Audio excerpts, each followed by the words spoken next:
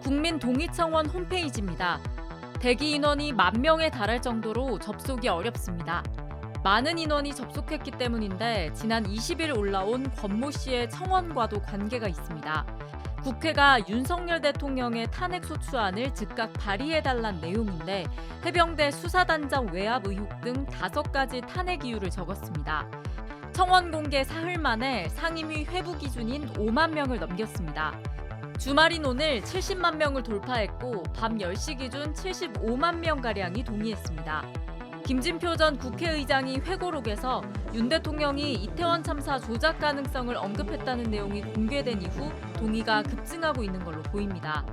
동의 기간은 다음 달 20일까지입니다. 국민동의청원이란 헌법상 국민청원권에 따른 제도입니다. 회원가입 및 본인 확인 절차를 거쳐야 청원을 올리거나 동의할 수 있습니다. 상임위는 회부된 청원을 심사해 본회의에 올리거나 폐기할 수 있는데 민주당은 실제 탄핵 추진 가능성에 대해선 말을 아끼고 있습니다.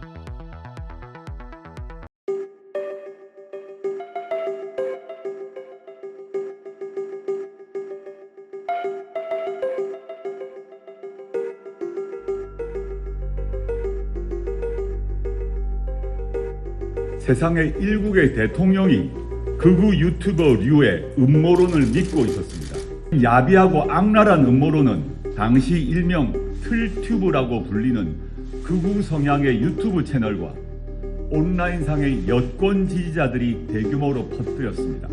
윤 대통령이 틀튜브의 애청자가 아닌가 하는 의심을 하지 않을 수 없습니다. 사실이라면 매우 충격적입니다.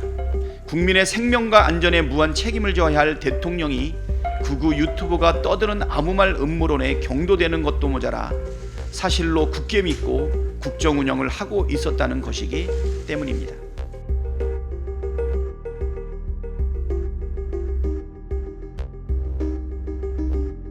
참사 이후 윤석열 대통령이 보인 비정상적인 행보를 보면 김진표 전 의장의 회고록의 내용이 사실일 가능성이 매우 높이 보입니다. 윤석열 대통령이 직접 입장을 밝혀야 합니다. 대통령실은 언론에서 다양한 의혹을 제기했기에 조사해달라고 했을 뿐이라고 핑계를 댑니다. 어느 언론이 불순 세력 배후 의혹을 얘기했는지 밝히십시오.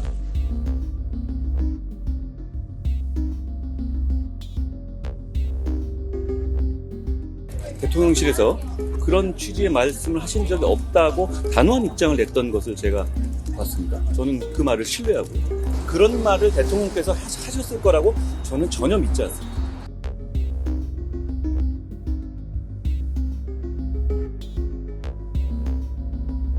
더불어민주당은 청담동 술자리 의혹 같은 말 같지도 않은 것도 전 당력을 총동원해서 총공세를, 정치 공세를 하는 정당입니다. 2년이 다 되도록 왜 이 얘기 안 했죠? 그동안 까먹었던 겁니까? 아니면 없는 말을 만들어낸 겁니까? 그런 근거가 있었다면 1년 반이 넘도록 뭐 하신 거죠? 만약 사실대로라면 대단히 심각한 말이잖아요.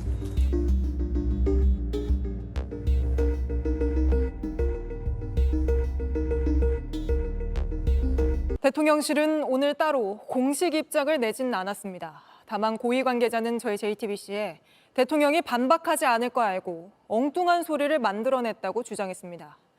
국민의힘은 김진표 전 의장을 향해 왜곡 발언을 취소하고 사과하라 했는데 그러면서도 법적 대응을 하지는 않겠다고 했습니다. 정재훈 기자입니다.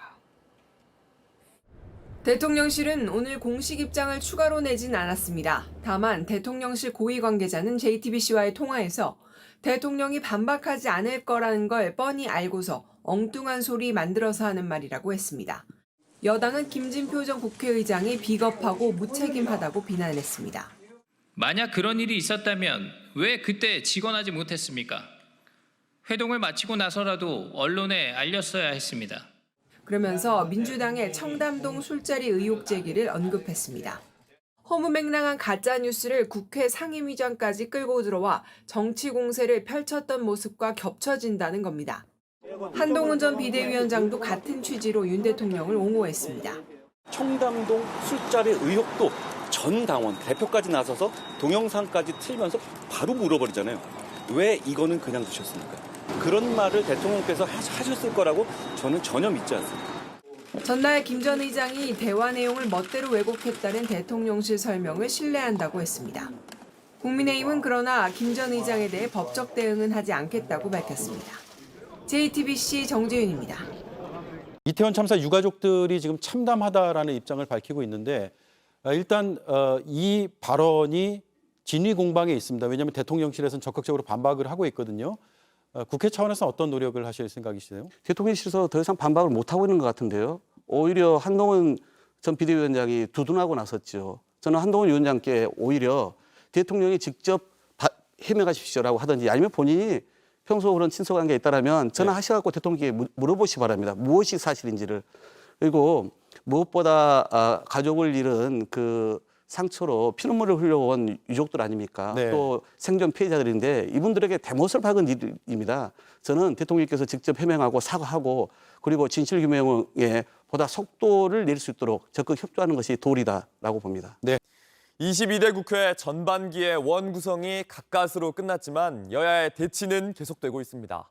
특히 내일부터 사흘 동안 열리는 국회 본회의에서 야당은 최상병 특검법과 방송 3법 등을 처리해서 국회 주도권을 이어간다는 방침입니다. 반면 국민의힘은 거대 야당의 입법 폭주라면서 대통령의 거부권 행사를 적극 검토하고 있습니다. 이재승 기자가 보도합니다.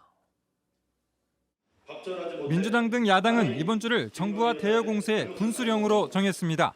당장 오늘 국회 운영위에서는 대통령실을 상대로 현안 질의에 나섭니다. 정진석 비서실장 등 대통령실 참모 16명이 증인으로 참석합니다.